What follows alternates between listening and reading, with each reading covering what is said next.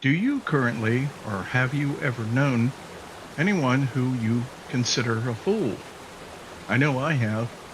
And to be honest, as part of my work, I have to deal with the consequences of fools almost every day, which is as pleasant as watching a slow motion train wreck on loop over and over and over again.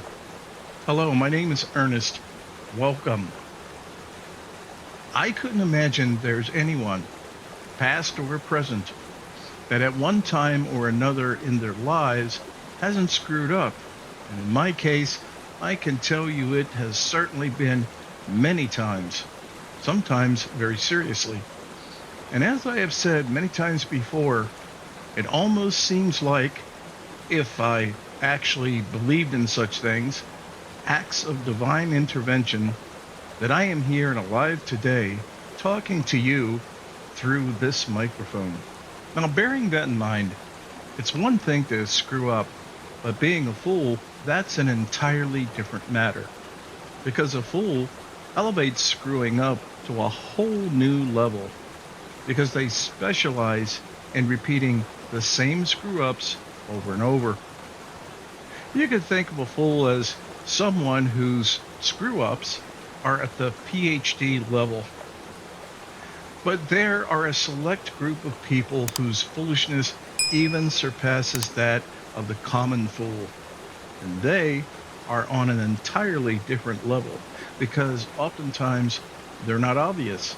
So you definitely need a bit of advanced perception to detect them.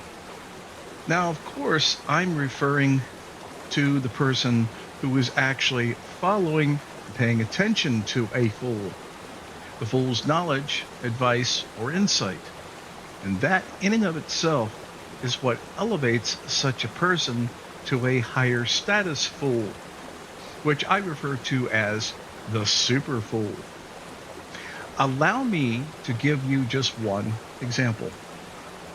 A friend of mine I've known for many years reached out to me and asked me as a professional favor to speak to a woman named Cassie, not her actual name, who was friends with his wife at work. I agreed to because at the time I actually had a bit of free time and I thought I owed my friend a favor. So why not? After all, what are friends for? So I met with Cassie, who was about, I guess, 40 years old, at a quiet delicatessen, and I carefully listened to what was going on, primarily the difficulties she was having with her 19-year-old daughter, for around an hour and a half, only interrupting to ask a few questions so I would have a linear and coherent narrative to consider.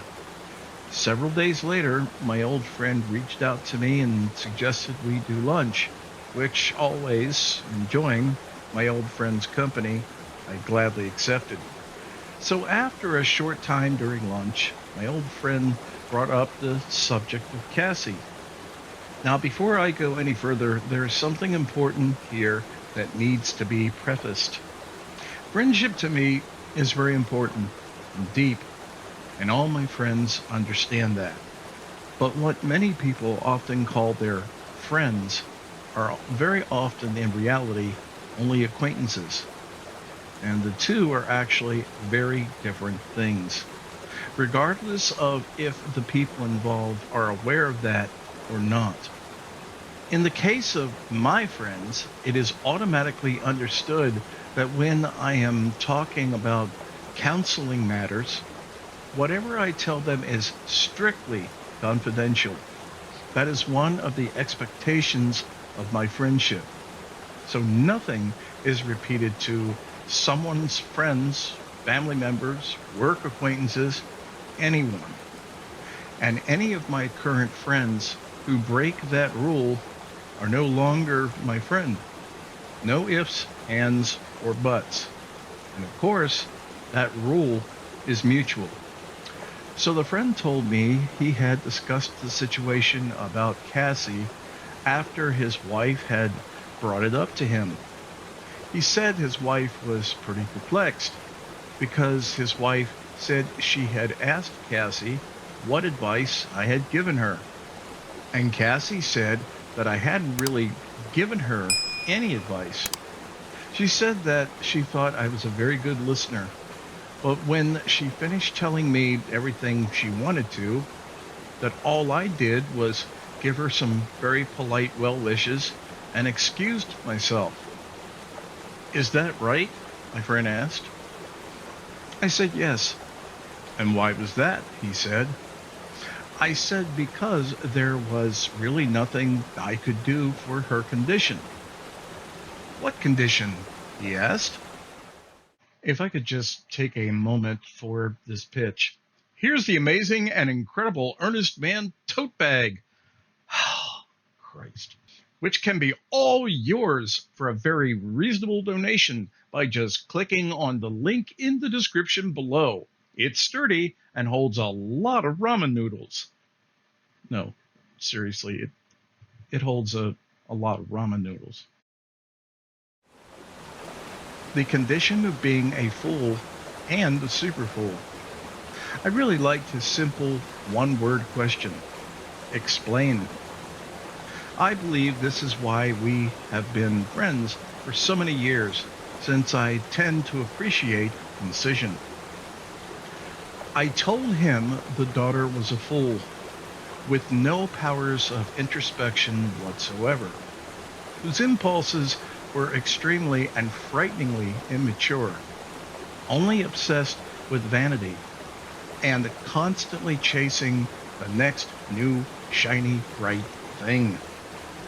And also, totally could not understand why her landlord was harassing her for being behind in the rent.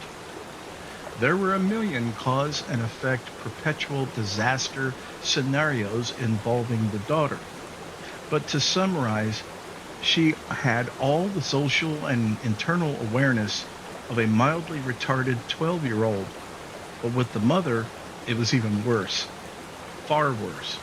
The mother was pretty much the same as her daughter in equal measure.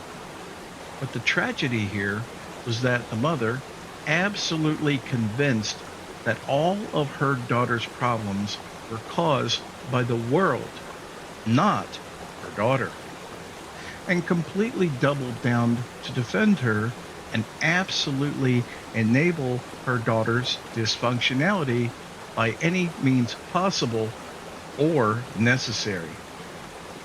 In very short, the mother was being the super fool, and in either case, it has been my experience that there is absolutely nothing you can do to help either one of these kinds of people, except keep your distance and don't become entangled in the bizarre web of their life.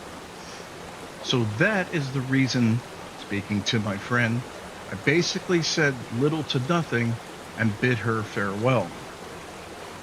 My friend took a good drink of his beer, thought for a few moments, and said, I suppose it's the same thing as not trying to help someone who's sinking in quicksand by running over and jumping into the quicksand with them? Exactly, I said. Hey, can you pass me the ketchup? Well, that's all I've got for today. I hope you found this useful or interesting. And if you have any questions at all, you can reach out to me via my website link in the description below.